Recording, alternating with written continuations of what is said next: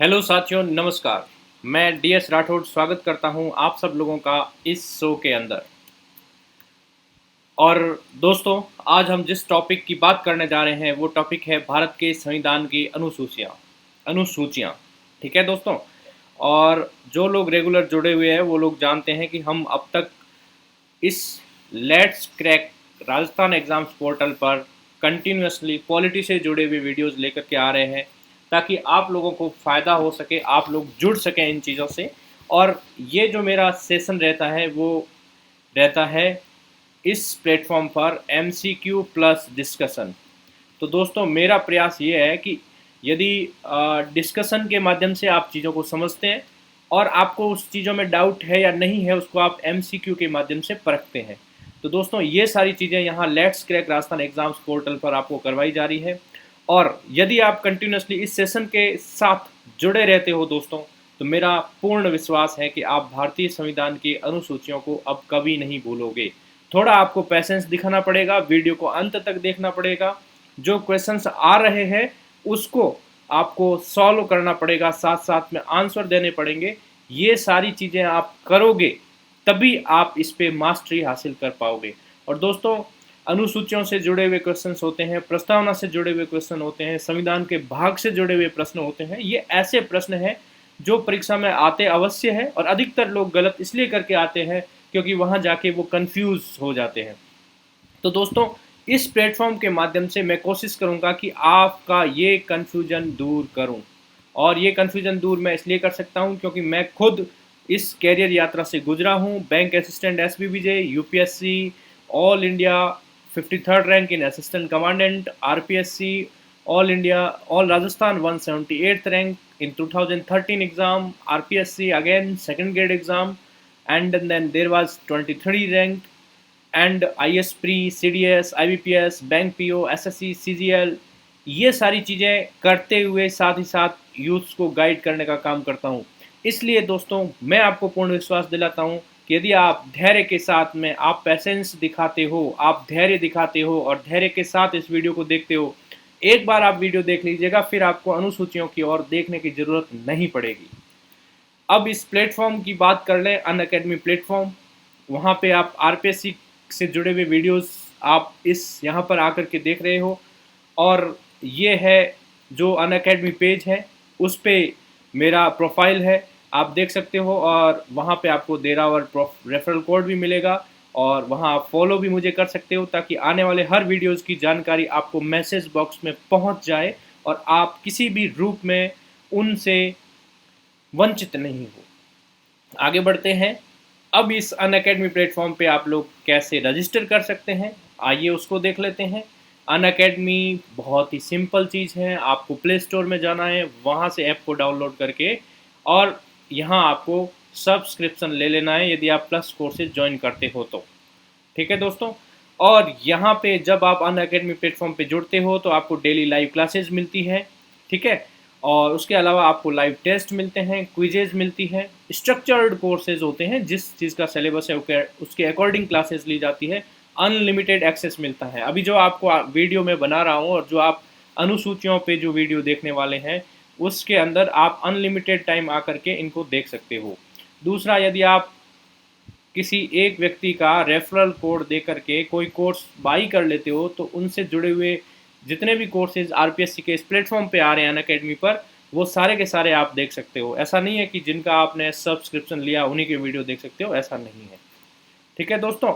और बहुत ही सिंपल है, एक साल 7,000 रुपये में आपको मिल जाता है, क्योंकि आप जब महीने का पे करते हो तो 1,400 रुपये बहुत ज़्यादा पड़ता है, लेकिन यही आप एक साल का करते हो तो 7,000 पड़ता है।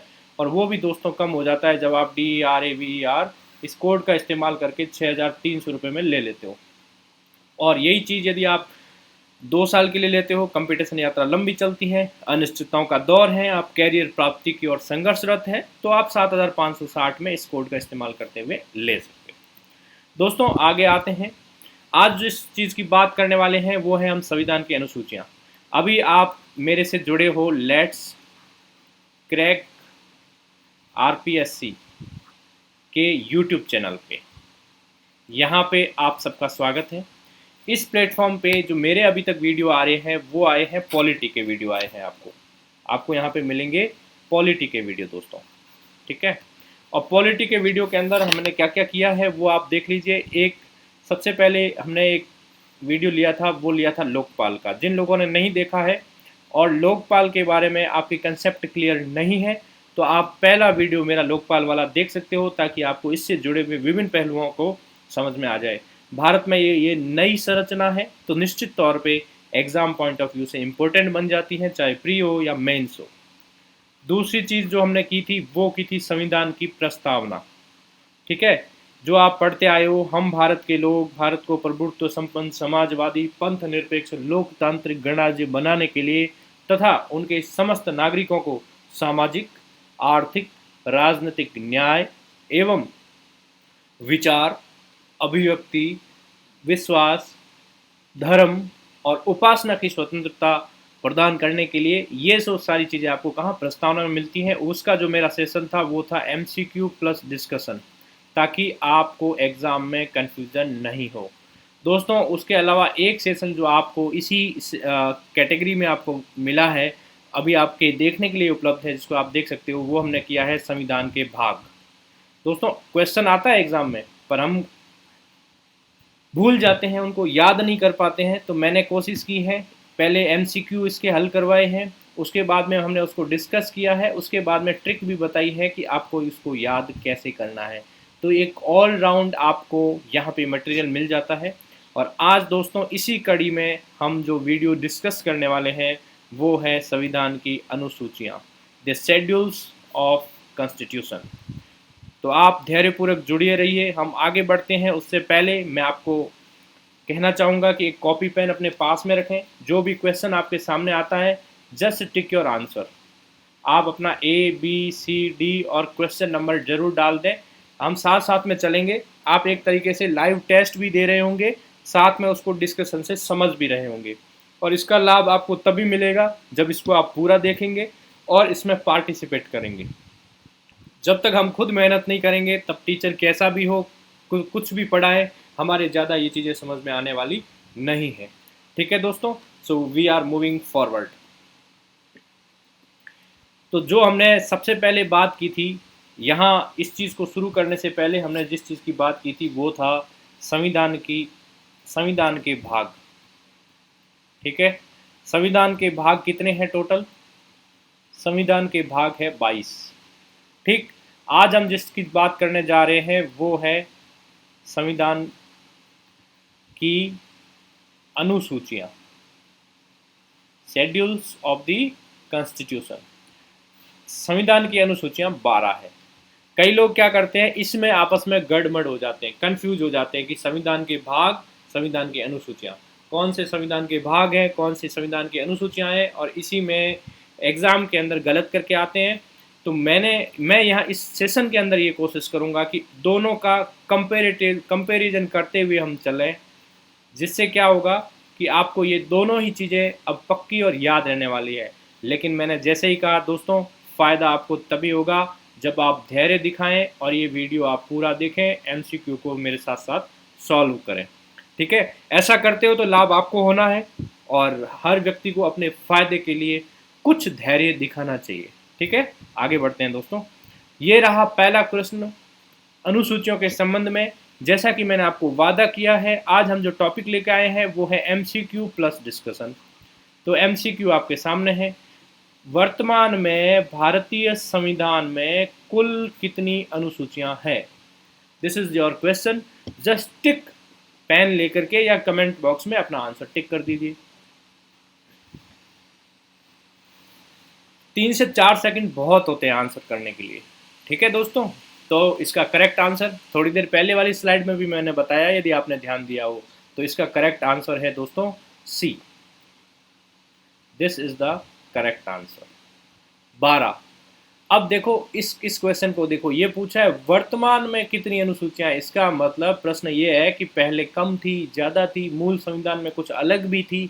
वो क्या थी, वो आने वाली स्लाइड्स में और आने वाले क्वेश्चंस में देखेंगे। आप इसको सजगता से देखते रहिए। अगला प्रश्न, संविधान सभा की प्रारूप समिति द्वारा प्रस्तुत, जो ड्राफ्टिंग कमेटी थी संविधान की, जिसने ये संविधान बनाया था, उसने कितनी अनुसूचियां बनाई थी उस टाइम। आपके सामने प्रश्न ये, आपको 4 से 5 सेकंड मिलते हैं, give your answer. Question is very easy. आता है तो टिक कर दीजिए, नहीं आता है तो चिंता करने की कोई बात नहीं है। आप टेस्ट जरूर दे रहे हो, लेकिन आप सीखने के लिए दे रहे हो, तो मैं अभी बता दूंगा, उसके बाद आप याद कर लेना परमानेंट। तो दोस्तों, इसका करेक्ट आंसर है 8। जब संविधान सभा की प्रारूप समिति वहां पे बैठी थी तो उसने 8 अनुसूचियां वहां पे बनाई थी। क्लियर है? ओके।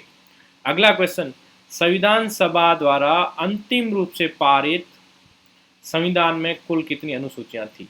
दोस्तों, देखने वाली चीज होती है कि एग्जाम में कई बार क्वेश्चन को, आपका कॉन्फिडेंस चेक करने के लिए क्वेश्चन को थोड़ा सा ट्विस्ट कर दिया जाता है। आप सोचते हो ये तो मुझे आता ही नहीं, जबकि आपने जो पिछली स्लाइड में क्वेश्चन देखा है, संविधान सभा की प्रारूप समिति द्वारा प्रस्तुत प्रारूप संविधान में कितनी अनुसूचियां थी, सेम का सेम ये क्वेश्चन यहाँ पे है। लेकिन चूंकि आप कंफ्यूज रहते हो, तो इसलिए आपको जितने ढंग से क्वेश्चन बन सकते हैं वो सारे के सारे आपसे सामने रखे हुए हैं।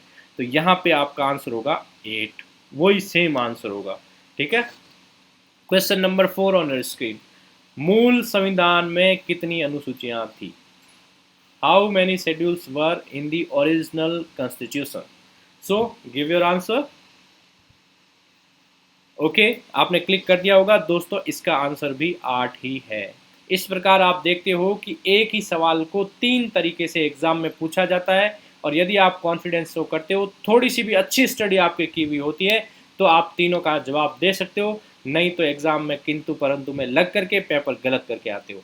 और मैंने आपको कहा है कि यदि आप ये सेशन देख लेते हो कंप्लीट, तो अनुसूचियों वाला क्वेश्चन आपके गलत नहीं होने वाला। इससे पहले वाला एक सेशन देख लेते हो तो संविधान के भाग पर आपका कोई प्रश्न गलत नहीं होने वाला, और उससे पहले वाला एक और सेशन आप देख लेते हो तो प्रस्तावना में कोई क्वेश्चन गलत नहीं होगा। थोड़ा मेहनत तो लगती है, थोड़ा धैर्य दिखाना पड़ता है, इस वीडियो को पूरा देखना पड़ता है, लेकिन एक बार देखने के बाद इसका काम पूरा हो जाता है। अब आपको दोबारा देखने की जरूरत नहीं पड़ेगी, तो एक बार इसको समय दे दीजिए। तो दोस्तों, 3 क्वेश्चन पूछे एक ही तरीके के। पहला, प्रारूप समिति द्वारा प्रस्तुत संविधान में कितनी अनुसूचियां थी, तो भी आपका आंसर 8। संविधान सभा द्वारा अंतिम रूप से पारित संविधान में कुल कितनी अनुसूचियां थी, इसका आंसर भी 8। और मूल संविधान में कितनी अनुसूचियां थी, इसका आंसर भी 8। इस प्रकार देखते हैं कि तीनों ही प्रश्न एक ही थे, बस उनके शब्द चेंज थे, और ये चीज आपको एग्जाम में पहचाननी होती है। किस संविधान अधिनियम द्वारा भारतीय संविधान में 9वीं अनुसूची जोड़ी गई? सो टिक योर आंसर, कॉपी में जरूर टिक करें, पार्टिसिपेट करें, आपको परमानेंट याद रहने वाला है। ओके, बहुत सरल क्वेश्चन है। सीधी सी बात है कि जब प्रारूप, जो ड्राफ्टिंग समिति थी, प्रारूप समिति ने कितने रखी? 8। अंतिम रूप से जब पारित हुआ संविधान, तब भी कितनी थी? 8। और इन दोनों में 8 होने का मतलब है कि जो हमारा मूल संविधान था, ओरिजिनल कॉन्स्टिट्यूशन जो भारत में लागू हुआ, उसके अंदर 8 अनुसूचियां थी। अब प्रश्न आना स्वाभाविक है कि 8 थी तो अभी 12 कैसे होगी? हमने पहला क्वेश्चन देखा था कि टोटल 12 अनुसूचियां हैं। तो दोस्तों, इसके अंदर एक ऐड होती है 9वीं अनुसूची। ठीक है। और किस संविधान संशोधन अधिनियम द्वारा भारतीय संविधान में 9वीं अनुसूची जोड़ी गई? पहले संविधान संशोधन में। एक्चुअली हुआ क्या था दोस्तों, कि सबसे पहले हम जानते हैं कि जो मूल अधिकार था, जो आपका संपत्ति का अधिकार था, वह मूल अधिकार था। जब संपत्ति का अधिकार मूल अधिकार था, फिर क्या हुआ कि सरकार चाह रही थी कि जिनके पास ज़्यादा ज़मीन है और जिनके पास बिल्कुल नहीं है, उसको बांट दी जाए, ज़्यादा वाले लोगों से लेके नहीं वालों को दे दी जाए। तो ऐसा हुआ। तो अब मूल अधिकार लोगों का, संपत्ति का अधिकार लोग कह रहे हैं हमारा बेसिक राइट है, हम नहीं छोड़ने वाले।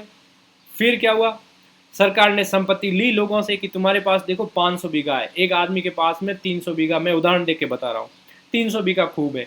जब उसकी 200 बीघा जमीन सरकार ने ली, तो उन्होंने कहा कि नहीं, ये हमारे मूल अधिकार जो है, संपत्ति का मूल अधिकार है, बेसिक राइट है, उसका उल्लंघन है। और वो लोग कहाँ चले गए? कोर्ट में। ठीक है। तो कोर्ट में जाने के बाद में कोर्ट भी बाध्य था कि जब मूल अधिकार में लिखा हुआ है तो आप कैसे छीन सकते हो।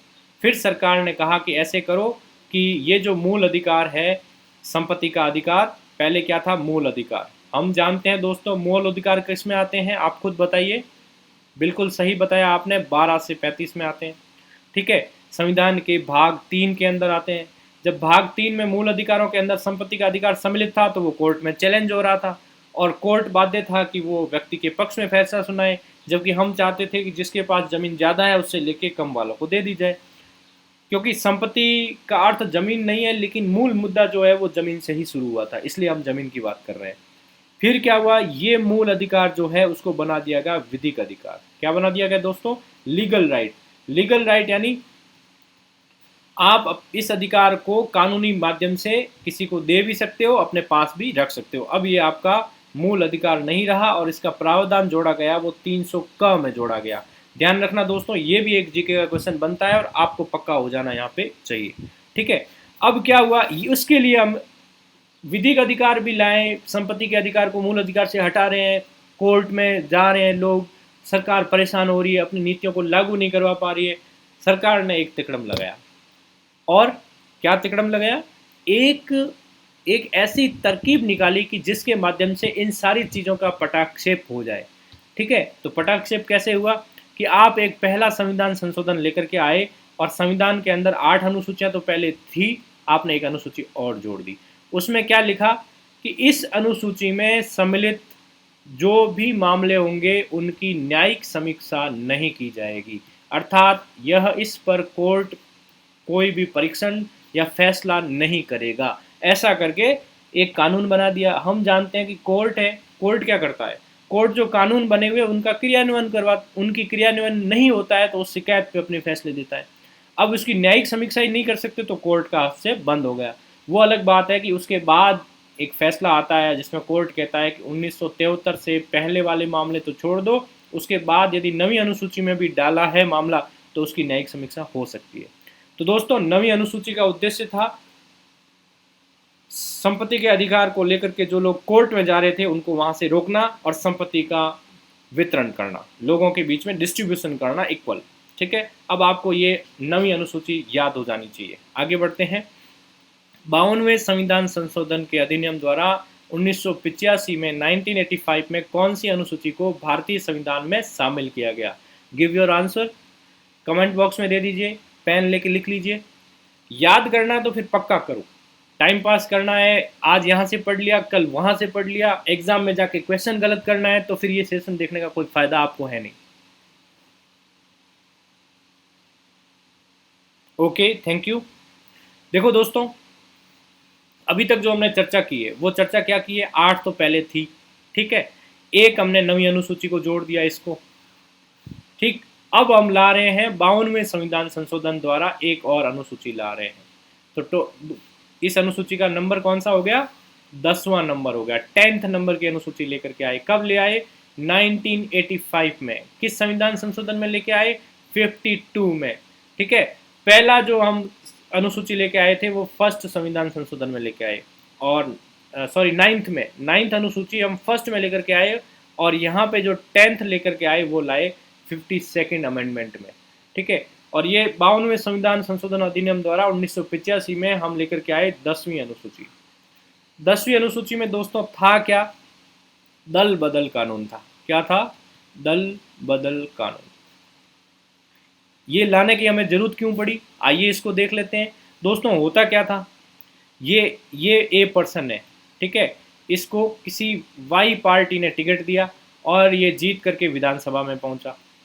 अब विधानसभा में पहुंचा या लोकसभा में पहुंचा तो वहां क्या होगा, विपक्षी पार्टी वाला उसको लग रहा है कि मेरे को 5 आदमी चाहिए तो मैं अपनी सरकार बना लूं। तो मान लो A B C D E, ये 5 लोग वाई पार्टी के थे। उसने क्या किया, इस पांचों ही लोगों को बोला कि मेरी पार्टी में आ जाओ, इतने करोड़ दे दूंगा, मंत्री बना दूंगा, ये कर दूंगा, वो कर दूंगा। तो ये इन पांचों ने ही वाई को छोड़ दिया और चले गए जेड पार्टी में, और जेड पार्टी ने अपनी सरकार बना ली। ऐसा हो रहा था तो क्या हो रहा था, सरकारें अस्थिर हो रही थी। ठीक है, सरकारें टूट रही थी जल्दी जल्दी। पहली चीज ये हो रही थी। दूसरी, भ्रष्टाचार को बढ़ावा मिल रहा था। उस टाइम के अखबार यदि आप देखोगे तो सूटकेस भरे हुए कई सारे दलाल विभिन्न नेताओं के इर्द गिर्द घूम रहे हैं, अर्थात वो दलाल ही सरकार बनाते थे और बिगाड़ते थे।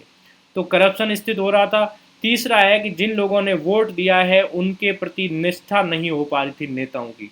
तो इन 3-4 चीज़ों को लेकर के ऐसा कोई कानून बनाने की मांग उठी जिसके माध्यम से इनके ये जो दल बदल चेंजिंग ऑफ द पार्टी है इसको रोका जा सके। रोकने के लिए हम एक लेकर के आए 10वीं अनुसूची। कब लेके आए? 1985 में। किस संविधान संशोधन में? 52 में। ठीक है दोस्तों, आगे बढ़े। ओके। 73वें संविधान संशोधन अधिनियम द्वारा भारतीय संविधान में कौन सी अनुसूची जोड़ी गई है? अभी हमने रिसेंटली क्या पढ़ा है? 52वें संविधान संशोधन द्वारा। कब हुआ? 1985 में। कौन सी अनुसूची जोड़ी? 10वीं। देखो, इसको रिकैप करते रहो, साथ साथ लेके चलते रहो, तभी ये परमानेंट याद होने वाली है। ठीक है, अब दोस्तों आप ऑप्शन देख लो और अपना आंसर दे दो।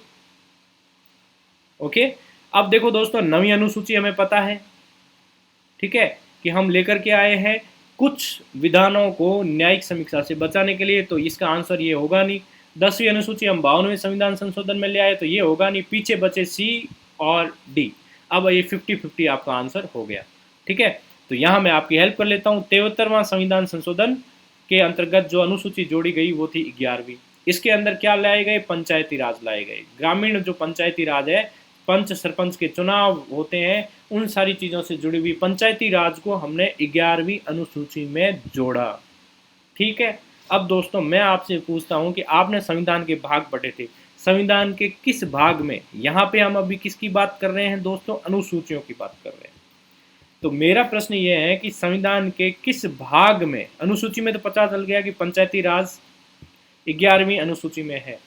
ठीक है, अब मेरे को आप ये बताओ कि जो पंचायती राज है वो संविधान के किस भाग में है, ये आपको आंसर देना है। एग्जाम में यहीं पे जाके आप कंफ्यूज होगे। अनुसूचियां पूछेंगे तो आप भाग करके आ जाओगे, और भाग पूछेगी तो अनुसूचियां करके आ जाओगे। उसी कंफ्यूजन को दूर करने के लिए अभी ही डिस्कस कर लेते हैं। अब बताइए, जिसने पिछला वीडियो देखा था वो कमेंट बॉक्स में बता दीजिए। ठीक है, मैं आपकी हेल्प कर देता हूँ। भाग 9 में ध्यान रखना है, यदि भाग पूछे कि पंचायती राज संविधान के किस भाग में है, तो आपको बताना है भाग 9। और ये पूछे कि संविधान की किस अनुसूची में है, तो आपको बताना है अनुसूची 11। ध्यान रखें दोस्तों, मैं आपको याद भी करवाऊंगा। भाग के टाइम मैंने आपको ट्रिक बताई थी कि ऐसे याद कर लो कि सज्जन व्यक्ति पंचायत के चुनाव को नो करता है। वो कहता है कि यार बहुत बहुत बड़ा खेल है, मैं नहीं खेल सकता। भले आदमी चुनाव में भाग लेने से कतराते हैं, ठीक है, तो पंचायत को चुनाव को कहते हैं नो, मतलब वो भाग नहीं लेना चाहता। ये तो हो गया भाग 9। अब अनुसूची कौन सी है? 11वीं। ये इसलिए याद हो जाएगी कि 8वीं तो पहले थी, 9वीं हम लेकर के आए कुछ मामलों को न्यायिक समीक्षा से बचाने के लिए, और उसके बाद में आपके लेकर के आगे हम कौन सी? 10वीं अनुसूची जो दल बदल से संबंधित थी, आपको याद है, और 11वीं लेके आए पंचायती राज से जुड़ी हुई। ठीक है, मैं रिकैप करता हुआ चल रहा हूँ, और मैंने आपसे वादा किया है कि इसको आप सेशन को पूरा देखोगे तो अनुसूचियों को दोबारा देखने की आपको जरूरत नहीं पड़ेगी, लेकिन मेहनत लगेगी। मेहनत करोगे, धैर्य दिखाओगे, तभी कर पाओगे। अगला क्वेश्चन, 74वें संविधान संशोधन द्वारा भारतीय संविधान में कौन सी अनुसूची जोड़ी गई? अपना आंसर दीजिए। ठीक है, इतना ही टाइम लगता है, बहुत सिंपल है, कुछ है नहीं, बट क्वेश्चन जरूर आता है और आप गलत करके आते हो क्योंकि कंफ्यूज हो जाते हो। तो दोस्तों देखो, 8 मूल थी, एक हम लेकर के आए 9वीं, हमने डिस्कस कर ली पहले संविधान संशोधन में। दूसरी लेके आए 10वीं, उसकी हमने चर्चा कर ली, दल बदल कानून। और तीसरी लेकर के आए पंचायती राज। ठीक है, उसके बाद जो 12वीं संविधान संशोधन लेके आए, जो अनुसूची लेकर के आए 74वें संविधान संशोधन में, वो थी 12वीं, और इसका संबंध था शहरों से। शहरों के निकाय स्वशासन में, वहाँ पे पंचायती राज को इम्प्लीमेंट करने के लिए शहरों में कैसे होता है, जैसे नगर पालिका हो गई आपकी, ठीक है, नगर पालिका हो गई, नगर परिषद हो गई, और नगर निगम भी होता है बड़े शहरों में। तो इनसे जुड़ी हुई जो भी है वो किस में आ गई? 12वीं अनुसूची में आ गई। तो अब मुझे लगता है अनुसूचियां कितनी? 12। ठीक है, अब ये 12 अनुसूचियां लगभग अपने पहले डिस्कशन में आ गई है। अब अगला जो सेशन है, इसके आगे हम बढ़ रहे हैं, वो एक तरीके से प्रैक्टिस सेशन है। इसमें भी पार्टिसिपेट करिए और आप प्रैक्टिस करिए कि आपको ये चीज़ें परमानेंट याद हो जाए। अब देखो, संविधान की द्वितीय अनुसूची का संबंध किससे है? अब देखो, हमने क्या देखा? 8 को एक रूप में देखा था कंप्लीट, उसके बाद हमने 9वीं देखी, 10वीं देखी, और 11वीं देखी, और 12वीं देखी। तो 9वीं को अलग से देख लिया हमने, ठीक है, और 10वीं को अलग से देख लिया, 11वीं को अलग से देख लिया और 12वीं को अलग से देख लिया। ये 8 अभी रह ही गई थी, तो आयो इसके क्वेश्चन के माध्यम से देख लेते हैं। पहले आप आंसर दीजिए। सेकंड अनुसूची पूछी जा रही है आपसे। Thank you. इतना ही टाइम लगना चाहिए, बहुत सरल टॉपिक है, लेकिन रिवाइज हो जाएगा तो एग्जाम में कंफ्यूज नहीं करेगा। द्वितीय अनुसूची का संबंध किससे है? ठीक है, तो आप यहाँ पे ध्यान रखने वाली चीज है कि द्वितीय अनुसूची का संबंध है, इसका आंसर है करेक्ट डी, महत्वपूर्ण पदाधिकारियों के वेतन भत्ते। महत्वपूर्ण पदाधिकारी कौन? महत्वपूर्ण पदाधिकारी आपके हो गया राष्ट्रपति, उपराष्ट्रपति,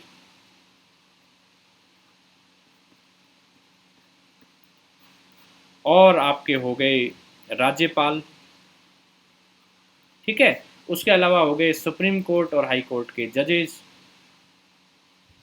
उसके अलावा आपके हो गया कैग, नियंत्रक और महालेखाकार, कंप्ट्रोलर एंड ऑडिटर जनरल। तो ये सारे पदाधिकारियों के वेतन भत्ते कहाँ पे वर्णित मिलेंगे आपको? संविधान के सेकंड अनुसूची के अंदर। ठीक है, इसका मैं लास्ट में जब हम निष्कर्ष में जाएंगे, रिकैप में जाएंगे, तो इनको 12 को एक साथ याद करने का एक ट्रिक बताने की कोशिश करूंगा, ताकि आपको इसको भूले नहीं। ठीक है, और ठीक है, ये आंसर आपको मिल गया। राज्यसभा में आप प्रतिनिधित्व की बात करो तो 4th अनुसूची बताती है, भाषाओं की बात करो तो 8वीं बताती है, शपथ ग्रहण की बात करो तो आपकी यहाँ पे बताती है 3री अनुसूची। ओके, भारतीय संघ में शामिल राज्यों और संघ शासित क्षेत्रों का उल्लेख भारतीय संविधान की किस अनुसूची में है? राज्य और संघ शासित जो प्रदेश हैं उनका उल्लेख आपको किस संविधान की किस अनुसूची में मिलेगा? Give your answer. Thank you for this answer. The correct answer, जैसा कि अधिकतर लोगों ने आप लोगों ने किया है, प्रथम अनुसूची।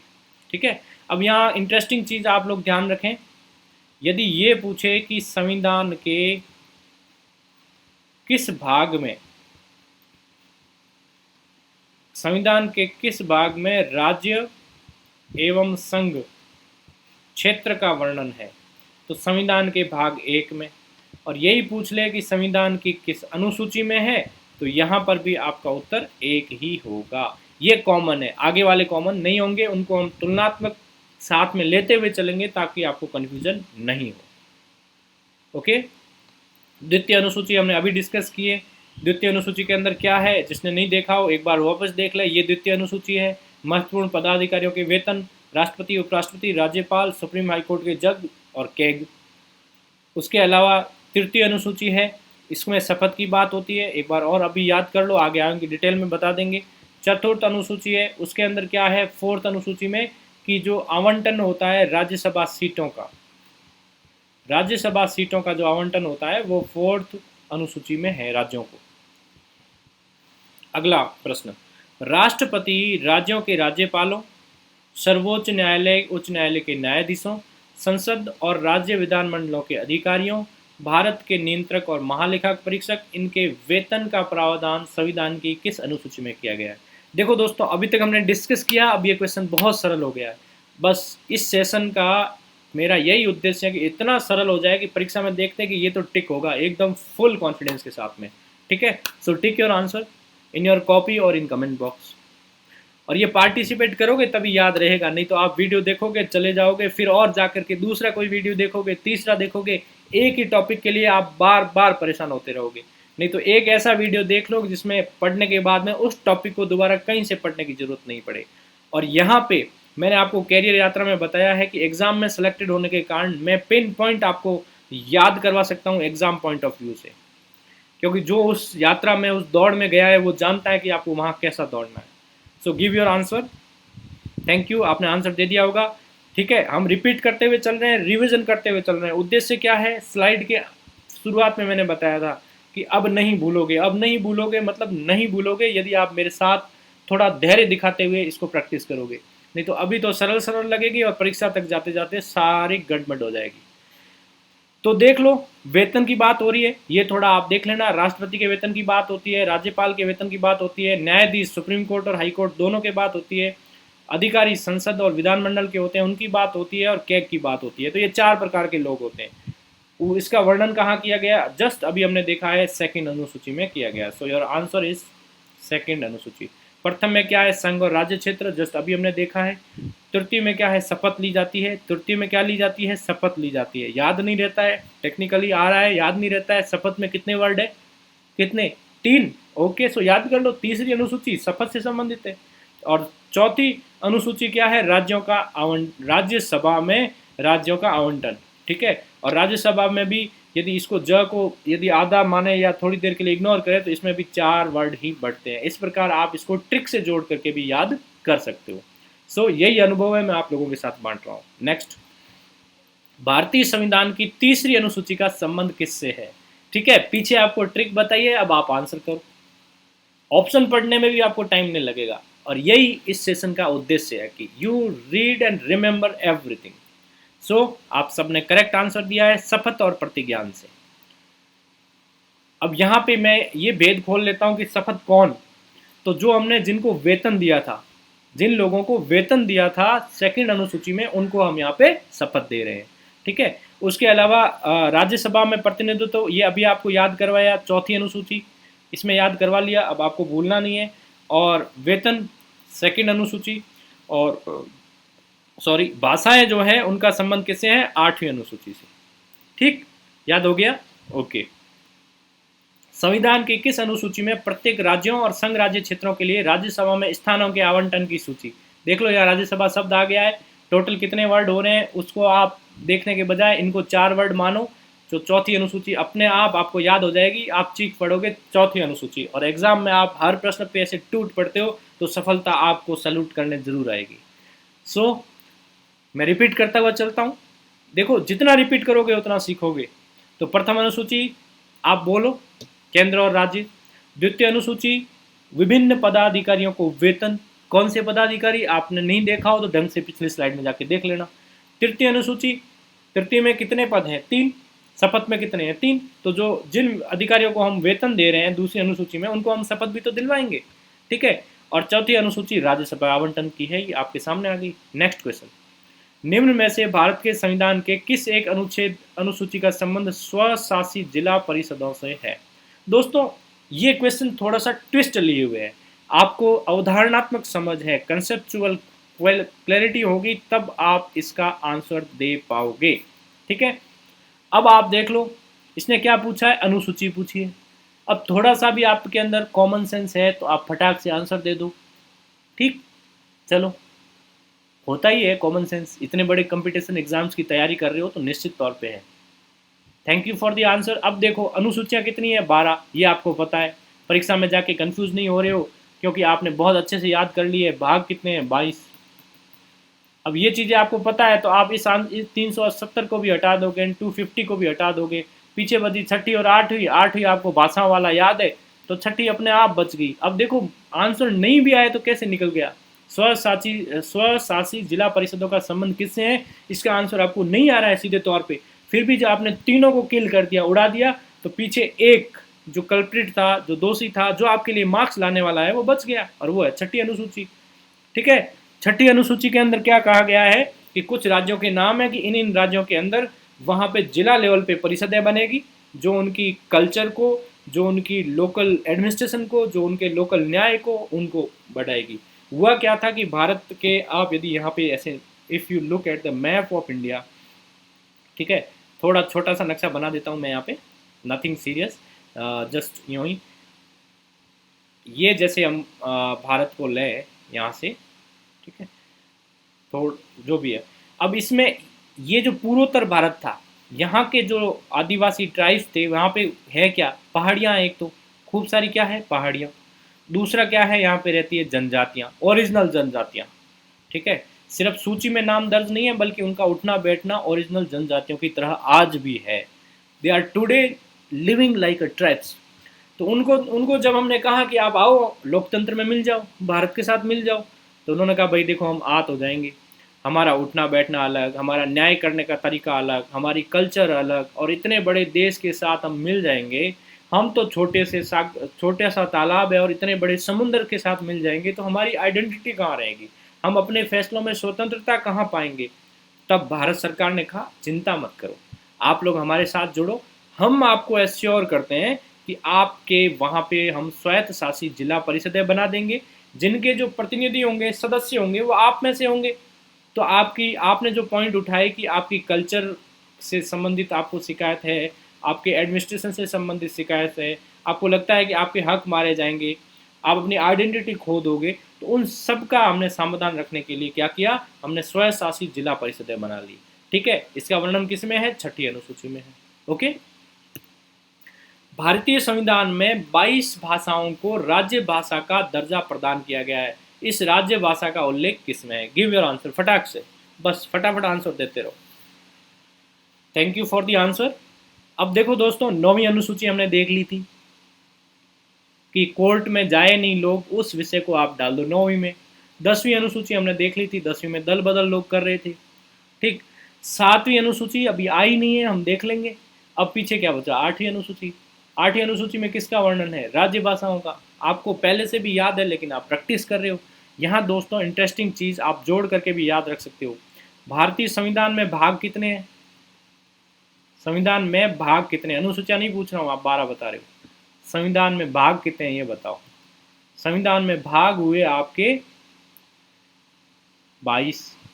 ओके, और संविधान में भाषाएं कितनी है, ये भी हो गई 22। तो ऐसे याद रखो मैच करके, फिर आपको परमानेंट याद होने वाला है। ठीक, तो राजभाषाओं का संबंध किससे है, 8वीं अनुसूची से है। अब आप ऐसे भी याद रख सकते हो कि जो मूल संविधान था, मूल संविधान में कितनी अनुसूचियां थी, बिल्कुल सही जवाब दिया आपने, 8।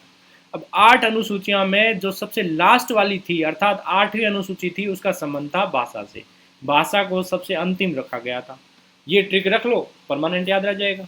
ओके, भारतीय संविधान की 8वीं अनुसूची का संबंध किससे है? ठीक, कोई नहीं, रिपीट हो गया, आंसर फिर भी दे दो। ओके, भाषाओं के साथ। राज्यसभा में सीटों का आवंटन किसके साथ होगा? अब राज्यसभा में अपन इसको 4 शब्द माने तो याद आ जाएगा, चौथी। ठीक है, संघ, राज्य और समवर्ती सूची का संबंध किससे है? 7वीं से। अब थोड़ा डिस्कस कर लेंगे बाद में आगे। लास्ट में मैं जब रिकैप करवाऊंगा ना, तो सारी अनुसूचियां आपके सामने लिखी हुई आएगी और एक एक पॉइंट को डिटेल में फिर समझाऊंगा, यदि कोई छूट नहीं जाए। अभी क्वेश्चन आंसर मैं करवा रहा हूँ, एमसीक्यू। एमसीक्यू खत्म होंगे तो डिटेल्ड डिस्कशन होगा लास्ट में, जिसको हम कह सकते हैं रिकैप होगा कि अब तक हमने क्या पढ़ा। तो अंत तक आप उस चीज़ को भी जरूर देखें। ठीक है, उसके बाद दल बदल का संबंध किससे है? 10 से है। एक दल बदल रहा है, 0 से 0 बदल रहा है, 1 से। दल बदलने करने के लिए क्या होना चाहिए? दोनों अक्षर अलग अलग होने चाहिए, और 0 और 1 अलग अलग है, दोनों दल बदल रहे हैं। ठीक है, 9 तक तो कोई दल बदल होना नहीं है, क्योंकि बेचारे अंक ही एक है।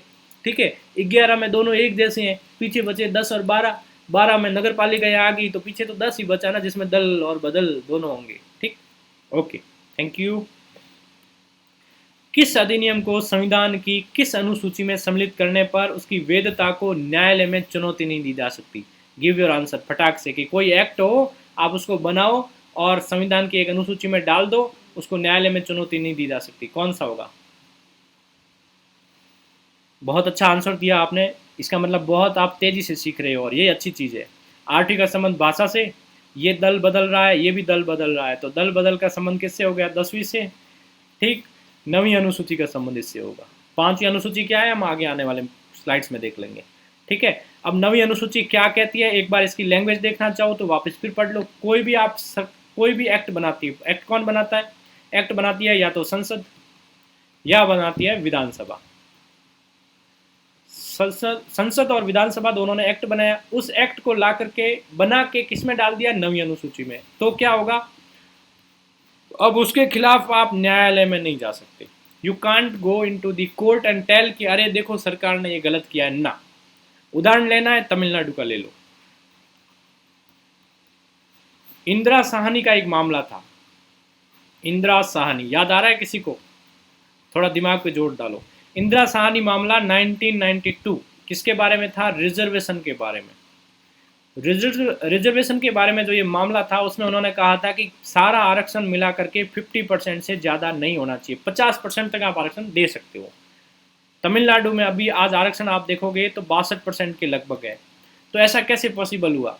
ऐसा पॉसिबल ये हुआ कि तमिलनाडु ने आरक्षण दिया 62% का और उसको डाल दिया 9वीं अनुसूची में।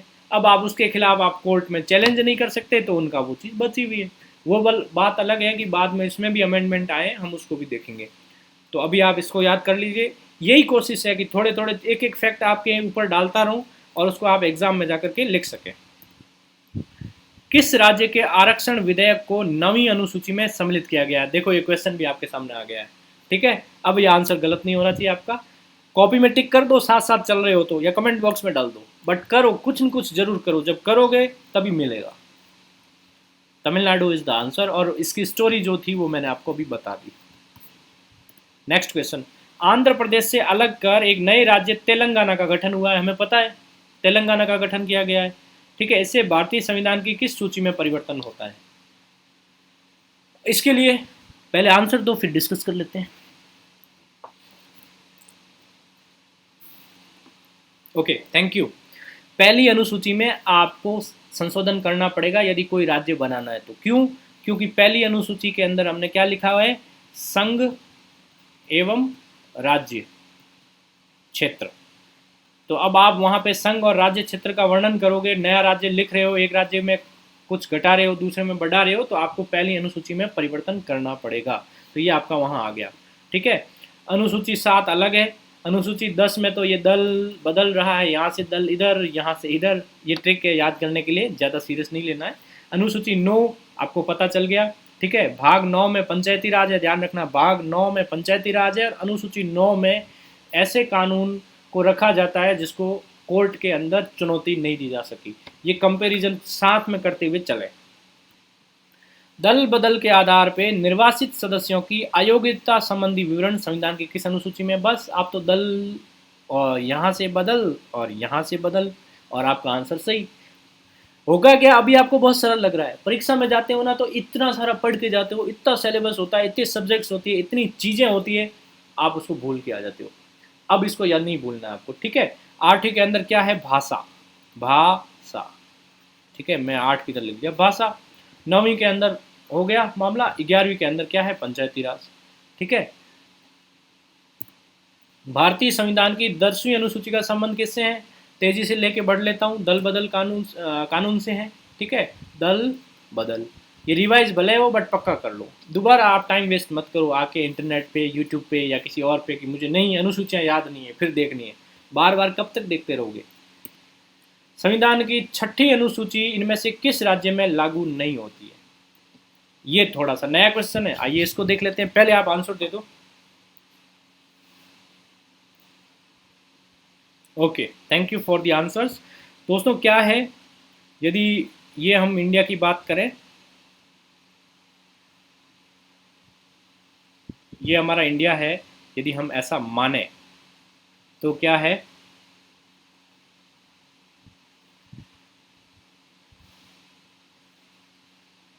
थोड़ा ये नीचे की ओर जाएगा और फिर ऊपर आएगा और फिर यहाँ से यहाँ मिल जाएगा। ठीक है, मोटा मोटा है, कोई नहीं, जैसा बना। अब यहाँ पे क्या है कि 6ठी अनुसूची में हमने कुछ स्टेट लिए हैं, कुछ राज्य लिए हैं। उन राज्यों के बारे में हमने क्या कहा है कि आप ये राज्य जो होंगे, इन राज्यों के बारे में हम क्या करेंगे, उनको स्पेशल फैसिलिटीज़ दे देंगे। उनके अंदर स्वायत्त, जिले के स्तर पे स्वायत्तशाही संस्थाएं बनेगी। तो वो राज्य कौन कौन से हैं? पहला है असम। ठीक है, ये थोड़ा दिखने में प्रॉब्लम कर रहा है, आई जस्ट चेंज दिस। पहला राज्य आपका हो जाएगा असम। ठीक है, उसके बाद में दूसरा राज्य हो जाएगा आपका, असम के नीचे कौन सा आता है? मेघालय। मेघों का घर, बादलों का घर, चेरापूंजी, सबसे ज़्यादा वर्षा की प्रकार आकृति, भूगोल में पढ़ेंगे, अभी आप देख लो। मेघालय के बाद में यहाँ पे आपके आ जाएगा त्रिपुरा। ठीक है, यहाँ पे आ जाएगा मिजोरम। तो आसाम, मेघालय, त्रिपुरा और मिजोरम, ये जो राज्य है, इनको मिला करके 6ठी अनुसूची में डाल के आपने वहाँ के स्थानीय प्रशासन को बढ़ावा देने के लिए, वहाँ के लोगों को देश के साथ जोड़ने के लिए, उनके हितों का संरक्षण करने के लिए आपने 6ठी अनुसूची में डाल दिया। अब सीधी सी बात है, अब आप आंसर पिकअप कर सकते हो। असम, त्रिपुरा, मेघालय, इसको अलग कर लो। पीछे क्या बचा? मणिपुर। ये नाम एक जैसा लगता है लेकिन मणिपुर यहाँ ऊपर है, ध्यान रखना, इसलिए ये बाहर हो गया, ये नीचे वाले। इसको याद करने का एक तरीका आप और ट्रिक बना लो कि आप 6ठी अनुसूची में आपके क्या हुआ, जब आपका 6ठा नंबर आया असम जाने में, ठीक है, तो आपने वहाँ असम के अंदर चाय होती है, वहाँ मेघों के नीचे बैठ के, बादलों के नीचे बैठ के पूरा का पूरा कप आपने पी लिया। ठीक है, पूरा का पूरा कप आपने पी लिया, और उससे आपने पास में देखा तो मीजो जनजाति के लोग खड़े थे। तो ऐसे कोरिलेट कर लो कोई भी चीज़। मणिपुर वहाँ नहीं है, ध्यान रखना, इस सूची के अंदर छठी में नहीं है। मैप याद रखेगा तो भी आपको याद हो जाएगा कि एक साइड वाले देश है। एग्जाम में ऐसे सवाल आ जाता है कि इनमें से किस पे लागू होती है, किस पे लागू नहीं होती है। सूची फर्स्ट को सूची सेकंड से सम्मिलित कीजिए और सूचियों को नीचे दिए गए कूट से सही उत्तर का चयन कीजिए। आपको चौथी अनुसूची, छठी, आठवीं और नवीं अनुसूची याद होगी, तो इनके आपको क्षेत्र देखने हैं और उसको आपस में मैच कर देना है।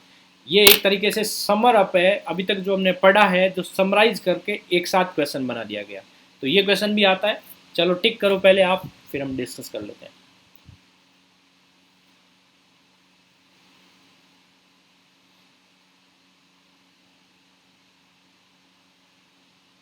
Thank you for the answer. अब देख लेते हैं चौथी, राज्यसभा। राज्य, राज्य को हमने एक माना था, ठीक है, राज्य य सभा। चौथी अनुसूची का संबंध किससे है? राज्यसभा से।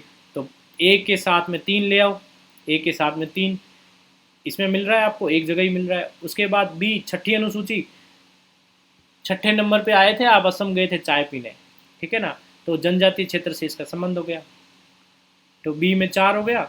सी, अष्टम सूची, आठवीं अनुसूची किसमें है? भाषाओं में, तो आपने भाषा, आठवीं लास्ट अनुसूची थी मूल संविधान की जो भाषाओं को रखती थी।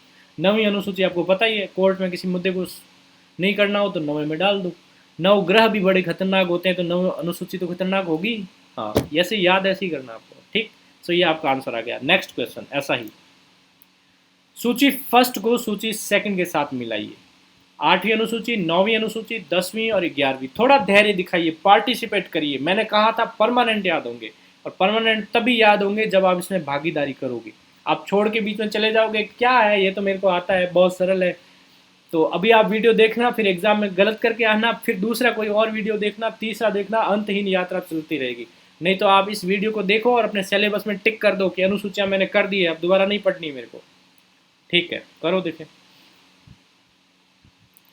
आपको जोड़ना है दल बदल विरोधी कानून से, न्यायालय के अधिकार क्षेत्र के बाहर से, राष्ट्रीय भाषाओं से और पंचायती राज से। Okay, thank you for answer. देखो, आठवीं अनुसूची, आठवीं मूल संविधान की लास्ट अनुसूची थी जिसका संबंध था राष्ट्रीय भाषाओं से, तो ए के अंदर क्या आ जाएगा? 3 आ जाएगा। सो ए विल कम विद दी 3। अब A3 इसमें है और इसमें है, इसका मतलब ये दोनों तो आंसर वैसे ही बाहर हो गए। सॉरी, बी में क्या है? नौवीं अनुसूची, तो यही है, इस अधिनियम में सम्मिलित अधिनियम न्यायालय के अधिकार क्षेत्र से बाहर हो जाते हैं, तो वो कौन से होंगे? नवीं अनुसूची में, तो बी में आ गया एक, ये बी में एक इसमें भी है और इसमें भी है। उसके बाद में सी में क्या है? 10वीं अनुसूची। 10वीं अनुसूची वही है आपकी, 1 और 0 आपस में दल बदलते रहते हैं, फिर अयोग्य हो जाते हैं, ठीक है। तो आपका आंसर हो गया 10वीं अनुसूची। 10वीं अनुसूची का संबंध दल विरुद्ध से है, तो सी में क्या आ जाएगा आपका? 2। तो यहाँ पे सी में 2 है, इस प्रकार ये आपका आंसर करेक्ट हो जाता है। अब डी में क्या बचा? 11वीं अनुसूची, पंचायती राज, आपको पता है, ठीक है, पंचायती राज व्यवस्था, so that will come in your answer. Okay, अब रिवीजन मोड में आ गए, हमने टॉपिक पढ़ लिया है एक तरीके से, अब हम रिवीजन कर रहे हैं और लास्ट में एक मेगा रिकैप करेंगे जिसमें माइन्यूट डिटेल कोई बच भी जाएगी तो वो भी बताऊंगा आपको। प्रशासनिक उपबंधों और संबंधित संविधान की अनुसूचियों के संदर्भ में सूची फर्स्ट को कनेक्ट विद सूची सेकंड, ठीक है। पहला है असम, मेघालय, त्रिपुरा और मिजोरम। असम का कप उठाया था, मेघों के बीच में बैठ के आपने पूरा कप पिया था, मिजो जनजाति के लोग देख रहे थे, ये किस अनुसूची में का संबंध है? आप किस नंबर पे आसाम गए थे वहाँ से निकलेगा, ठीक है। उसके बाद अखिल भारतीय सेवाएं, कैग आ जाएगा। कैग वही जो हमने पदाधिकारी देखे थे ना, कि हम पदाधिकारियों को वेतन कौन सा देंगे वो, और अनुसूचित क्षेत्रों, अनुसूचित जनजातियों का नियंत्रण किस में आएगा।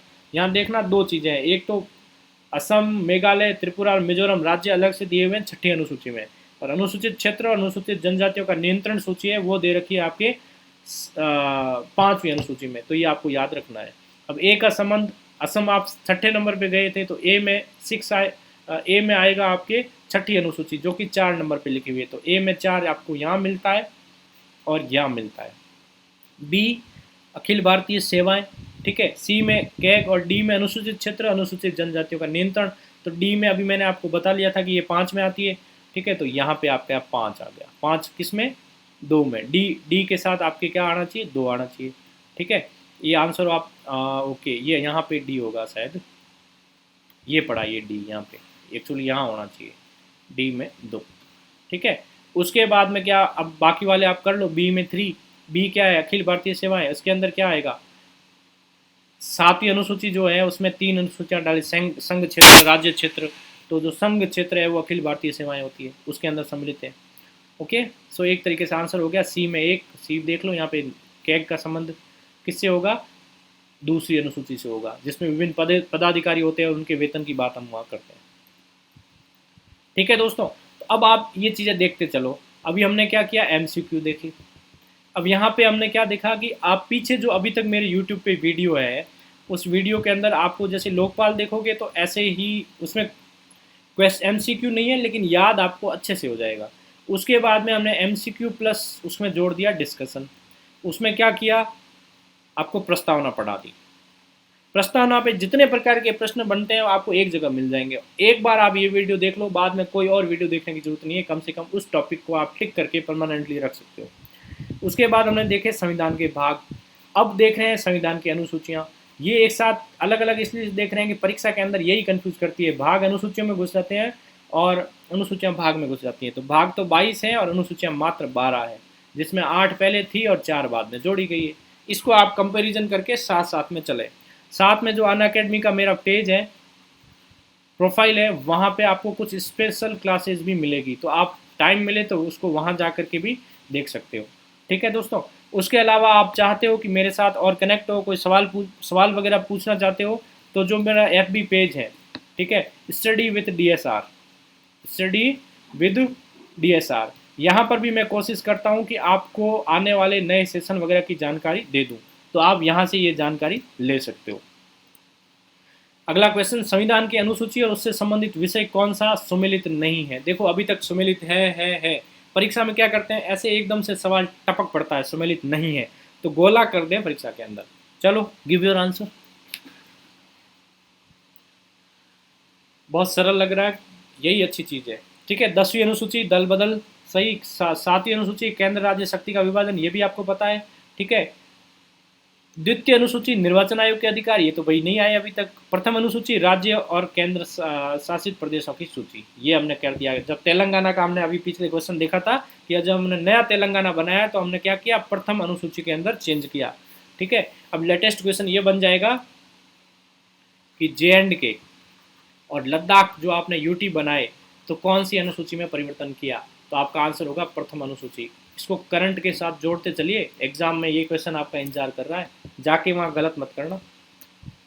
संविधान की 11वीं अनुसूची का संबंध किससे है, ठीक है। अब देखो ये कंफ्यूज करने वाला आपको दे दिया, केंद्र राज्य संबंध। होता क्या है कि संविधान का भाग 11 जो है, संविधान का भाग 11, अनुसूची नहीं, भाग 11, उसको दे रखा है 11 के अंदर। एक संघ एक राज्य, दोनों के जो संबंध है वो संविधान के भाग 11 में है, लेकिन यहाँ भाग पूछा ही नहीं, यहाँ तो वो अनुसूची पूछ रहा है, और अनुसूची के अंदर पंचायती राज आएगा। तो एग्जाम में जल्दबाजी में कई बार जब हम प्रश्न ढंग से नहीं पढ़ते हैं तो गलत करके आते हैं, फिर हमारे नेगेटिव ज़्यादा हो जाते हैं, फिर हम अफसोस मनाते हैं। तो ऐसा अफसोस अब न मनाएं। निम्नलिखित में से कौन सा कथन भारत के संविधान की 4थी अनुसूची का सही वर्णन करता है। 4थी अनुसूची राज्यसभा, आपको पता हो गया, रट गए, याद हो गई, आंसर दे दो। राज्यसभा में स्थानों के आवंटन से संबंधित है, ठीक है। जनजाति क्षेत्रों का प्रशासन किस में देखेंगे, प्रशासन 5 में देखेंगे हम तो भाई। भाषाएं 8 में देख लेंगे, और संघ और राज्य के शक्तियों की वितरण की रूपरेखा 7 में देखेंगे। वहाँ बंटवारा करेंगे तभी तो, शक्तियों का तो बंटवारा ही होता है हमेशा। ओके, सूची फर्स्ट को सूची सेकंड के साथ में मैच करिए। केंद्र शासित राज्य और केंद्र शासित प्रदेशों का उल्लेख, वेतन और भत्ते, पद और गोपनीयता की शपथ, और स्थानों का आवंटन। तो राज्यसभा में स्थानों का आवंटन तो हम हमेशा करते हैं, 4थे में ही करते हैं, तो डी में 4 कौन सा, इसमें है और इसमें है, ठीक है। तो ये दोनों आंसर बाहर हो गए।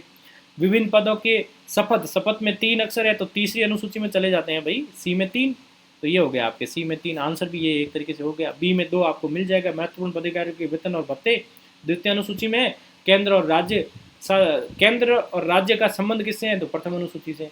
आप सीधा सीधा इसको आगे और मैं रिकेप में ट्रिक बताऊंगा कि इनको एक साथ लिस्ट बना करके जैसे धागे में मणि कैसे पोते हैं जैसे याद कर लो, फिर आप 12 की 12 अनुसूचियां नहीं भूलने वाले हो। लेकिन अभी प्रैक्टिस कर लो, एग्जाम में तो क्वेश्चन आते हैं, थ्योरी तो आती नहीं है, और आप थ्योरी बहुत पढ़ के जाते हो और एग्जाम में गलत करके आते हो, इसलिए मैं एमसीक्यू बेस्ड पढ़ा रहा हूँ। भारतीय संविधान की अनुसूचियों में कौन सी एक राज्य के नामों की सूची और उसके राज्य क्षेत्र का ब्यौरा देती है, तो दूसरी तो वेतन देती है, तीसरी शपथ दिलाती है, चौथी राज्यसभा में सीटों का आवंटन करती है। तो आपके पास क्या बचा, पहली। तो एक राज्य के नामों की सूची और उसके राज्य क्षेत्रों का ब्यौरा पहली अनुसूची देती है, सो सिंपल। भारतीय संविधान में नवी अनुसूची परिवर्तित हुई है, कब आई है भाई नवी अनुसूची, मैंने पूरी आपको स्टोरी बताई जमीन वाली, स्टोरी को याद कर लोगे तो प्रथम संविधान संशोधन अपने आप आ जाएगा। ठीक है, यहाँ ध्यान रख लेना, 92वें संविधान संशोधन को मिनी संविधान भी कहते हैं, क्योंकि इतने ज़्यादा इंदिरा जी ने इसमें चेंजेस किए थे कि एक नया संविधान, छोटा संविधान बन गया था, इसलिए इसको मिनी संविधान कहा जाता है। भारत के संघ को एक नए राज्य का सृजन करना हो तो संविधान की किस सूची में अवश्य संशोधन किया जाना चाहिए, वही तेलंगाना वाला उदाहरण ले लो, JNK लद्दाख वाला उदाहरण ले लो और आप आंसर दे दो। ठीक, thank you for the answer. दूसरी अनुसूची वेतन भत्ते देती है पदाधिकारियों को, तीसरी अनुसूची पद और गोपनीयता की शपथ दिलाती है, पांचवी अनुसूची का संबंध विभिन्न क्षेत्रों के प्रशासन से है, जो जनजाति क्षेत्र है उनसे। तो पहली अनुसूची में हम क्या करेंगे, कोई भी नया स्टेट यदि अस्तित्व में लाएंगे तो वहाँ पे संघ और राज्य क्षेत्र का वर्णन है, इसलिए हम यहाँ पे परिवर्तन करेंगे। बहुत सिंपल। देखो सिंपल तभी होगी जब आप रिवाइज करके उस टॉपिक को अलग अलग एंगल से देखते हो। निम्नलिखित कथनों में से कौन सा एक भारत के संविधान की चौथी अनुसूची को सही से वर्णन करना है, कुछ मत करो, चौथी राज्यसभा याद कर लो बस। शब्द भले कितने हो आप तो ऐसे याद करो, राज्यसभा, इसमें 4 शब्द है, दैट्स इट। और फिर आप सीटों का बंटवारा करते रहना। राज्यों के परिषदों में सीटों का बंटवारा, राज्य का परिषद कौन है, राज्यसभा ही है। ठीक है, संघ और राज्य के मध्य शक्तियों का वर्णन 7वीं अनुसूची करती है। संविधान में सूचित भाषाओं को कौन बताता है, 8 करता है। आदिवासी क्षेत्रों में प्रशासन कौन संभालता है, अभी हमने देखा था 5वीं अनुसूची संभालती है। ठीक है, और 6ठे नंबर पे असम जाकर के और चाय का कप मेघों के बीच में रह के पीती है और मिजो जनजाति आपको देखती है, तो वो 6ठी अनुसूची में होगा। ये भी आपको सिंपल हो जाएगा। मूव सूची फर्स्ट को सूची सेकंड के साथ में सम्मिलित किए। केंद्र और राज्य के मध्य विधायी शक्तियों का बंटवारा साथ में कर लिया ना भाई हमने, तो चलो पहला, ये पहला इसमें आ गया और इसमें आ गया। भाषाओं का उल्लेख 8 में कर लिया है। ठीक है, तो भाषाओं का उल्लेख 8 में कर लो। अब आपको सिंपल लग रहा है, कई लोग सोच रहे हैं अब देखो छोड़ो यार क्या करना है, अब याद हो गया। नहीं, आपको यदि एग्जाम में इसको सही करना है और दोबारा वापस पढ़ने की आवश्यकता नहीं रखनी है तो इस सेशन को देख लीजिए, फिर जरूरत नहीं पड़ेगी। ऐसे कैसे प्रस्तावना वाला देख लीजिए, ऐसे कैसे आप ये संविधान के भाग वाला देख लिया और ये भी देख लिया। एक बार पढ़ने के बाद में you will be totally remember it. Okay, भाषाएं हो गई। भूमि सुधार और अधिग्रहण संबंधी अधिनियम, मैंने पूरी स्टोरी आपको बता दी। तो उसका संबंध किससे है, नवी अनुसूची से है। सी में 3 आ जाएगा, सी में 3 आ गया। ठीक है, और डी में 4 हो ही गया। दल बदल कानून 10 हो गया, ये 10 याद कर लेना, दैट्स इट। बहुत सिंपल है, कुछ है ही नहीं, फिर भी आप परीक्षा में सवाल गलत करके आते हो। विभिन्न राज्यों में अनुसूचित क्षेत्रों के प्रशासन से हमने 5 जोड़ा था, तो ये 5 कर लो। नवी अनुसूची, कोई भी अधिनियम इसमें डालो और चुनौती नहीं दे। 7वीं में शक्तियों का बंटवारा कर दो। तीसरी में तो 3 शब्द ही होते हैं, शपथ में दे दो, करवा दो शपथ। नई जोड़ी गई अनुसूची नहीं है। आप देखो ये क्वेश्चन आया है, बहुत सिंपल क्वेश्चन है, आंसर दे दो आप, फिर मैं आंसर देता हूँ। नई किस में जोड़ेंगे, जो पुरानी पहले थी, मूल संविधान में कितनी थी, 8 थी। तो सीधी सी बात है कि नई जोड़ी गई अनुसूचियां हैं।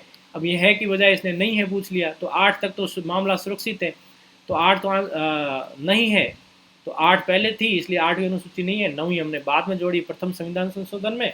10वीं जोड़ी है वो हमने 52वें संविधान संशोधन में 1985 में जोड़ी है। 9वीं अनुसूची है वो हमने 73वें संविधान संशोधन में 1992 में जोड़ी है।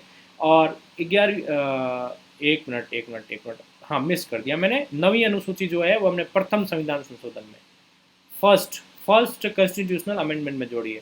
और 11वीं अनुसूची है वो 73वें संविधान संशोधन में जोड़ी है। करेक्ट कर लीजिए, इसको कोरिलेट करते हुए चलिए। सूची फर्स्ट और सूची सेकंड, सवाल वही है, थोड़ा बहुत घुमा रहे हैं। अब आप सूची फर्स्ट में भारत के राष्ट्रपति, सर्वोच्च न्यायालय के जज, संसद सदस्य, संघ के मंत्री। ठीक है, अब इनकी क्या पूछ ली, आपको शपथ पूछ ली है ना। परीक्षा में एक दो क्वेश्चन ऐसे आएंगे जो आपको शॉक करेंगे, हाँ ये तो मेरे को आता ही नहीं। अब आप इसका आंसर दो, फिर मैं डिटेल बताता हूँ, और इसको याद भी करवा दूंगा, इसलिए चिंता नहीं करनी।